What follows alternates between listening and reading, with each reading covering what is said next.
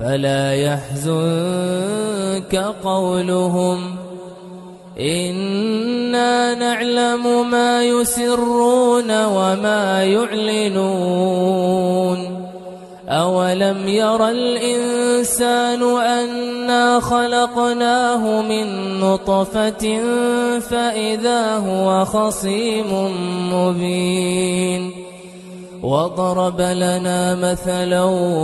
ونسي خلقه قال من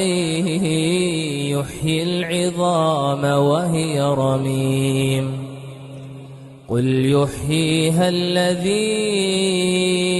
أنشأها أول مرة وهو بكل خلق عليم الذي جعل لكم من الشجر الأخضر نارا فإذا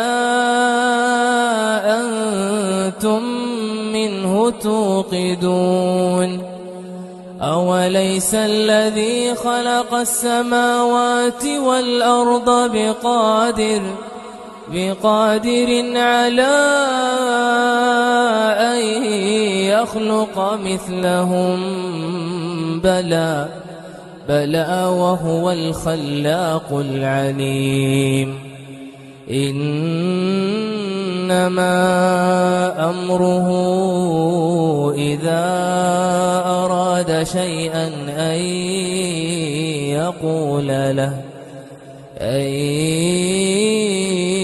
يقول له كن فيكون